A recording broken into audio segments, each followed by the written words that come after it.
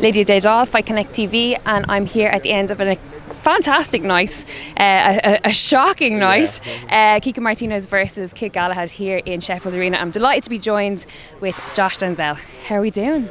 I'm still in shock. Like, I'm still trying to let it sink in. Like, I mean, I think that was one of the maddest things I've ever seen in my time watching boxing. The most one-sided fight. I think he got caught with two punches, one that knocked him down, and one that finished the job.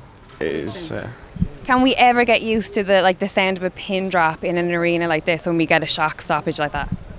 Never. It's like the air got sucked out of the room, and obviously he sold a lot of tickets. It's in his hometown. This. You know, I mean, everyone around me definitely rooting for him, and it's one of those things where it came out of nowhere. And when it's something like that, like, you know, like the Ruiz AJ one, when it comes out of absolutely nowhere, you don't know how to. It doesn't quite compute in your brain, and he was so dominant, and genuinely, I thought it was going to be. I thought he was going to stop in the first round. I think he had Kiko Martinez wobbled in the first round, and I thought he took his foot off the gas a little bit and started kind of tippy tappy. You know what I mean? Stopped throwing the power shots, but he didn't look in danger once.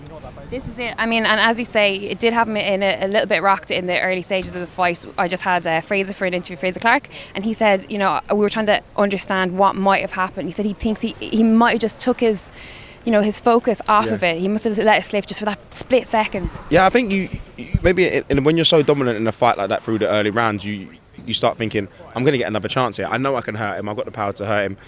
Let me just keep him at bay, and I'm just gonna, you know what I mean, I'm just gonna coast through these rounds, and if the opportunity presents itself, I'll take it. And I think that opportunity to land one of those big right hands or a left hook, it didn't come about, and he got a little bit complacent for 1 second. It was literally, you switch off for a second, and that's your night finished. Yeah, absolutely. But it's why we love boxing, right? It's why it's the greatest sport in the world, I'm telling you. It really is. Let's talk about yourself before I let you go, because obviously, you know, it's so good to have you here. The stuff that you're doing is unbelievable. My favourite is your sit-down interviews, your little conversations. Yeah. They're brilliant. How has this journey been for you in boxing?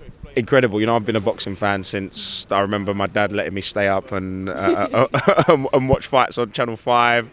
You know what I mean? And we used to go to the pub and watch. You'll pay £5 in and watch those US fights that were happening late at night. So it's amazing to be here, and boxing's like a little family, especially here at Matchroom, where, you know, you see the same faces. You genuinely have a connection with the fighters. You know, there's no PR and anything like that. It's like you get the real fighter, you get the real person, you get the real conversations, and that's why I love boxing. It's that openness and that willingness to go and I speak my mind. You know what I mean? I don't care. So that's why I love boxing, and for me to be able to, you know, sit down with AJ and sit down with all of the other Matchroom fighters, you know what I mean?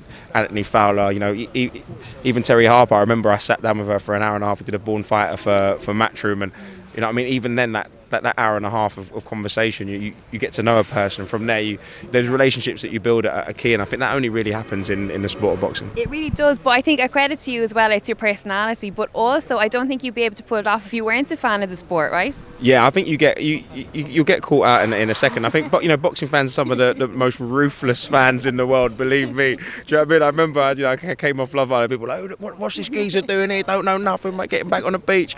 And really and truly, like, I mean, you have to, you know, through showing people what you know about the sport and your genuine passion for the sport by going to the events, not just the big ones, you know, little small hall, the York halls of this world. Yeah. You know what I mean? You got to show your love for boxing. You got to earn the boxing fans' trust, and I think I've done that so far. You did, absolutely. We look forward to long may it continue, as we would say. Thank you so much, Josh Denzel for Fight Connect TV.